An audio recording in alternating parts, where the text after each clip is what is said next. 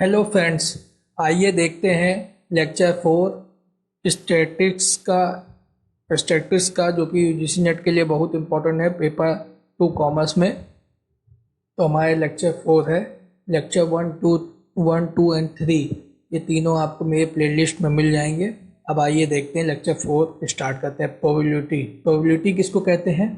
Probability का मतलब होता है, जैसे एक एग्जांपल से समझते हैं, पूरा इजीली समझ में आ जाएगा। मान लीजिए हमारे पास 10 चांस है और हम टॉस करते हैं और टॉस किया और मैंने हेड लिया और 10 में से 3 बार हेड आया।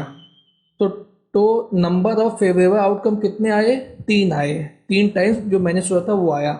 और टोटल हमने कितने चांस लिए? Total number of possible outcome 10 थे। मतलब 10 बार हेड आ सकते थे, लेकिन आया कितना? 3 बार। तो जो प्रोबेबिलिटी होती है, तो जब 3 को 10 से डिवाइड करेंगे 30%, तो हमारी 30% प्रोबेबिलिटी निकल आई। तो आप देखते हैं it is a ratio of favourables to the total equally likely cases. तो जब टोटल इक्वली लाइकली केसेस में कुछ जितनी फेवरेबल केसेस आते हैं उसका जो रेशियो निकलेगा उसी को प्रोबेबिलिटी कहते हैं। तो ये डील करता है एक चांस से, the likelihood the event occurring. जो इवेंट होगा एक चांस होता है कि 3 भी आ सकता है, 2 भी आ सकता है, 10 आउट ऑफ 10 भी आ सकता है। फिर आते हैं सेकंड बेस थ्योरम पे, गिवन बाय थॉमस बेस। तो यहाँ पे क्या हुआ? अभी प्रोबेबिलिटी की सिंपल बात किया कि हमने हेड टेल किया, तो हमें मालूम नहीं है कि क्या होगा। तो उसमें से कुछ भी आ सकता है, हेड और टेल। ठीक है, चांस है। लेकिन अगर कभी कभी कंडीशनल प्रोबेबिलिटी होती है, जैसे कि स्टॉक मार्केट में कंडीशनल होती है कि काफ़ी प्रायर नॉलेज को हम लोग यूज़ करके मार्केट को ये प्रिडिक्ट कर सकते हैं कि अप जाएगा या डाउन आएगा। तो वहाँ पे हम मैथमेटिकल फार्मूला लगाते हैं। जहाँ मैथमेटिकल फार्मूला लगाते हैं वही बेस थ्योरम के नाम से है। वो ये थॉमस बेस ने दिया था। तो जब जहाँ पे कंडीशनल प्रोबेबिलिटी हम लोग निकालेंगे तो मैथमेटिकल फार्मूला का यूज़ होगा। Describe the probability in the event based on prior knowledge. तो ये पीछे की जो नॉलेज होगी या नॉलेज ऑफ कंडीशन होगी, माइट रिलेटेड टू इवेंट, जो इवेंट होने वाला है उससे रिलेटेड होगा। आगे देखते हैं सम बेसिक कॉन्सेप्ट। अब सब बेसिक कॉन्सेप्ट देखते हैं प्रोबेबिलिटी में।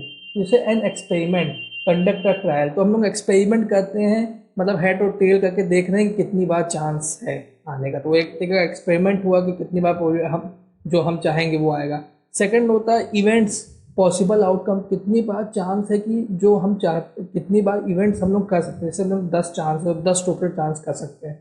एग्जॉस्टिव इवेंट टोटल नंबर और सेट ऑफ पॉसिबल आउटकम। कितने सेट ऑफ पॉसिबल आउटकम आ सकते हैं। Equally likely event chance of each event happening is equal.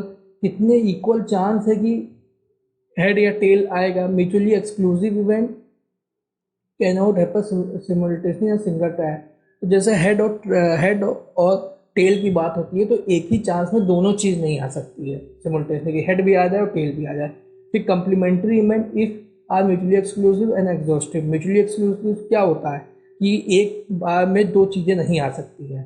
तो event are complementary, mutually exclusive complementary में एक बार में दो चीज़ें नहीं आ सकती। और एग्जॉस्टिव होती है। एग्जॉस्टिव क्या होता है? Total number of set of possible event में जब जितने भी total number of set of event हम करेंगे उसमें हर बार अलग चीज़ आएगी।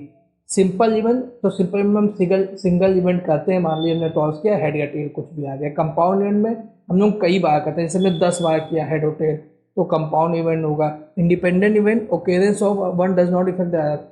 जो भी आएगा वो एक दूसरे पे इफेक्ट नहीं डालेगा। जब हमने टॉस किया तो हेड या टेल आ रहा है, लेकिन वो एक का इफेक्ट दूसरे पे नहीं आ रहा है। अगर इफेक्ट आएगा तो मतलब एक बार हेड आ गया तो दूसरी बार टेल आना चाहिए, दूसरी बार टेल आ गया तीसरी बार हेड आना चाहिए। लेकिन दोनों इंडिपेंडेंट होते हैं, इफेक्ट एक दूसरे पे इफेक्ट नहीं डालते हैं। Dependent event occurrence of one does not it does effect direct. Dependent event वो होते हैं जब एक का इफेक्ट दूसरे पे आता है, जैसे कि स्टॉक मार्केट में होता है। अगर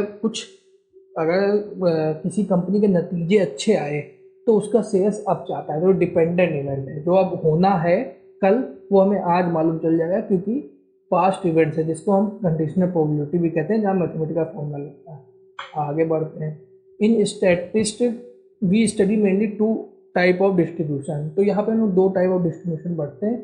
एक ऑब्जर्व फ्रीक्वेंसी डिस्ट्रीब्यूशन। तो यहाँ पे वर्ड देखिए ऑब्जर्व, याद रखिए ऑब्जर्व में जैसे हम लोग किसी को ऑब्जर्व कर रहे हैं, तो ऑब्टेन बाय एक्चुअल ऑब्जर्वेशन और एक्सपेरिमेंट। तो यहाँ पे हम क्या करेंगे? एक्चुअली हम किसी को ऑब्जर्व करेंगे या एक्सपेरिमेंट्स करेंगे। Theoretical frequency and probability distribution second है। तो यहाँ पे हम लोग यहाँ पे जैसे थ्योरेटिकली है तो यहाँ पे मैथमेटिकली कैलकुलेट करेंगे हम चीज़ों को।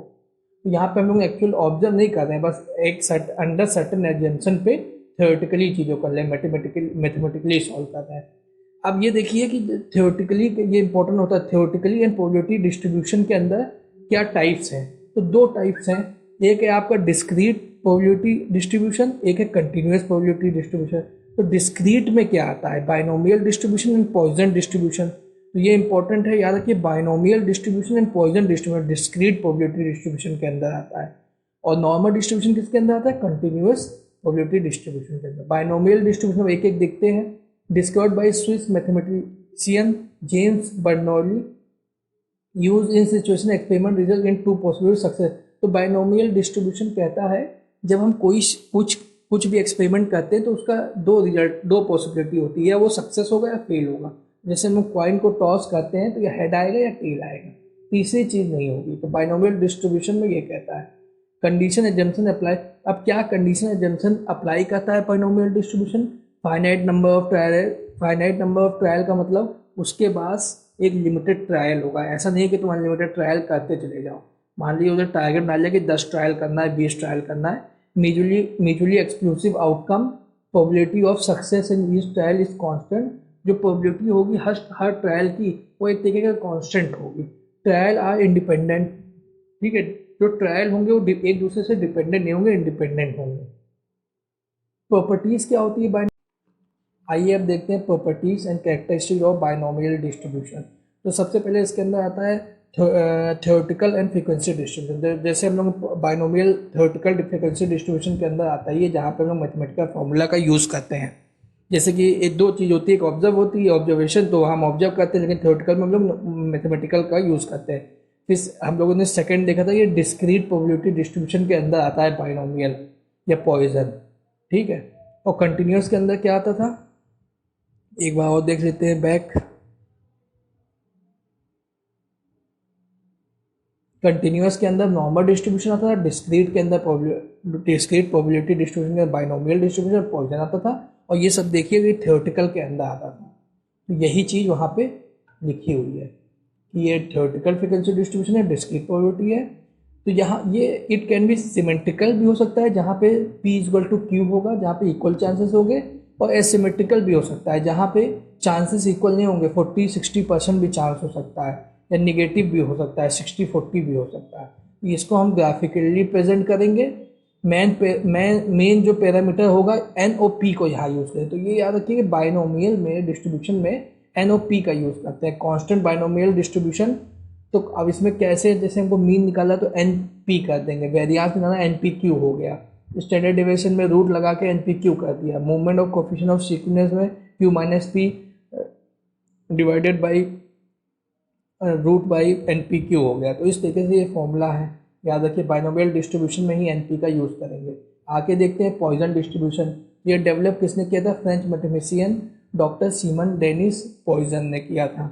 Use in to situation where probability happening an event very small, जहाँ पे वेरी स्मॉल इवेंट होने के चांस होते हैं। जैसे कि एग्जांपल अर्थक्वेक तो हमेशा आता नहीं, कभी कभी आता है, तो वहाँ पे हम पॉइसन डिस्ट्रीब्यूशन का यूज़ करेंगे, उसका फॉर्मूला यूज़ करेंगे। तो कंडीशन क्या है पॉइसन डिस्ट्रीब्यूशन की, इनफाइनाइट नंबर ऑफ ट्रायल्स होते हैं। यहाँ पे हम लोग फाइनाइट नहीं होगा, जैसे हम लोग पे पीछे देख के आए बाइनोमियल में फाइनाइट नंबर ऑफ ट्रायल्स होते हैं, यहाँ पे इनफाइनाइट होते हैं। Probability of success is very small. तो यहाँ पे सक्सेस की प्रोबेबिलिटी जो होती है वेरी स्मॉल होती है। P is almost 0 and Q is almost 1। तो P जो होगा इसमें ऑलमोस्ट 0 होगा एंड Q ऑलमोस्ट 1 होगा। तो properties and characteristic of Poisson distribution में क्या होगा, तो वही सेम जो बाइनोमियल में होता है। पहले तो थ्योरेटिकल के अंदर ये चीज़ें आती हैं, तो वो हो गया। सेकंड, ये डिस्क्रीट प्रोबेबिलिटी डिस्ट्रीब्यूशन के अंदर आता है, वो हो गया। वैल्यू जो P होता है 0 होता है, Q होता है इज 1 होता है। इट ऑलवेज पॉजिटिवली स्क्यूड, ये हमेशा पॉजिटिवली होगा। हम लोग ने बाइनोमियल देखा था, वो पॉजिटिव भी था और नेगेटिव भी था, ये केवल पॉजिटिव होगा। मेन पैरामीटर क्या होता है, ओनली वन पैरामीटर। इसमें क्या होता है, ओनली वन पैरामीटर होगा m, example m and it value is equal to NP, ठीक है। तो जैसे एग्जाम्पल m है एंड इसकी जो वैल्यू है इक्वल टू है NP। मेन कांस्टेंट क्या होंगे, तो इसमें देख लीजिए, जैसे मीन है तो इसको m होगा, m इक्वल टू NP होगा। तो इस तरीके से पॉइसन डिस्ट्रीब्यूशन हो गया। अब आते हैं नॉर्मल डिस्ट्रीब्यूशन में, जो कि कंटिन्यूअस के अंदर आता है। तो ये फर्स्ट डिस्कवर किया था इंग्लिश मैथमेटिशियन अब्राहम डी मोविदी ने, फिर लेटर इसको डिस्कवर्ड किया गया लेप्लेस एंड कार्ल गॉस ने। तो इसको हम लोग गॉसियन डिस्ट्रीब्यूशन भी कहते हैं, गॉसियन डिस्ट्रीब्यूशन भी कहते हैं। तो इसका सेकंड नेम क्या है, गॉसियन डिस्ट्रीब्यूशन। तो ये इंपॉर्टेंट एग्जाम के लिए ध्यान रखिएगा। Condition to apply normal distribution, condition क्या है, इसमें भी इनफाइनाइट नंबर ऑफ ट्रायल होते हैं। तो पॉइजन में और नॉर्मल डिस्ट्रीब्यूशन में इनफाइनाइट नंबर ऑफ ट्रायल होते हैं। इसमें ना नाइथर पी को यूज़ करते हैं ना क्यू को इसको यूज़ करते हैं। नॉ क्यू इज़ वेरी स्मॉल, यहाँ पे वेरी स्मॉल होता है। Forces affect the event must be independent of one other, जो इसमें फोर्सेस होगा वो अफेक्ट करेगा इवेंट को, ये एक दूसरे से इंडिपेंडेंट होते हैं, मतलब डिपेंडेंट नहीं होते हैं। प्रॉपर्टीज़ क्या होती है नॉर्मल डिस्ट्रीब्यूशन की, ये परफेक्टली सिमेट्रिकल होते हैं और बेल शेप्ड होते हैं। ये क्या बोलते हैं, सिमेट्रिकल होंगे, बेल शेप्ड होंगे। यूनी मॉडल डिस्ट्रीब्यूशन होगी, ये ओनली वन मोड पे होंगे। यूनी मॉडल डिस्ट्रीब्यूशन होगा, इसमें मीन मिडेन और मोड जो होंगे इक्वल होंगे। जब इक्वल है इसीलिए परफेक्टली सिमेट्रिकल है। फिर symmetrical to base line, get closer to base line but never touches it. तो इसमें जो बेस लाइन होगी, जैसे ये बेस लाइन है, तो ये बेस लाइन है, तो इसमें ये कभी आपस में टच, इस बेस लाइन से कभी क्या बोलते हैं, जो इसमें बेल शेप होगा ये कभी भी टच नहीं होगा। रेंज होगी इनफाइनाइट माइनस इनफाइनाइट से प्लस इनफाइनाइट तक होगी। टोटल एरिया इसका 1 होगा। Mean ordinate divide whole area in 2 equal part, तो इसमें 2 इक्वल पार्ट में होगा। 50%, जैसे यहाँ से हमने क्या दिया, एक लाइन खींच दी, तो 50% इधर हो गया, 50% राइट हो गया, 50% लेफ्ट हो गया। क्वार्टाइल जो यहाँ पे क्वार्टाइल डेविएशन होगा, ये एग्जाम्पल लगे कि 2/3 टाइम्स होता है द स्टैंडर्ड डेविएशन का। और मीन डेविएशन क्या होता है, 4/5 टाइम्स होता है स्टैंडर्ड डेविएशन का। ये आपको मेमोरी में फिट कर लेना, एग्जाम में आ सकता है।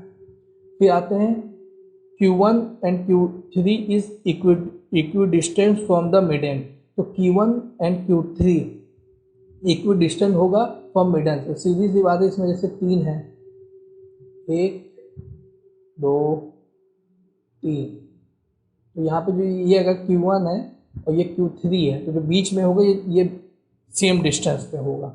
Point of inflection okay 2 point, तो यहाँ पे 2 पॉइंट्स होगा। मीन जो -1 होगा और मीन एक +1 है, तो एक -1 होगा, एक +1 होगा। मेन पैरामीटर इसमें क्या यूज होगा, मीन होगा और स्टैंडर्ड डेविएशन यूज होगा। कंटिन्यूस प्रोबेबिलिटी डिस्ट्रीब्यूशन के अंदर आता है, ये हम लोगों को शुरुआती में मालूम है। Continuous normal distribution, continuous probability distribution क्या आता है। एरिया प्रॉपर्टी में क्या होता है, one of the most important property इसमें क्या है कि जब ये -1 से +1 पे जाएगा तो 68.26% एरिया कवर करेगा। जब -2 से +2 पे जाएगा तो 95.44 एरिया कवर करेगा। जब -3 से +3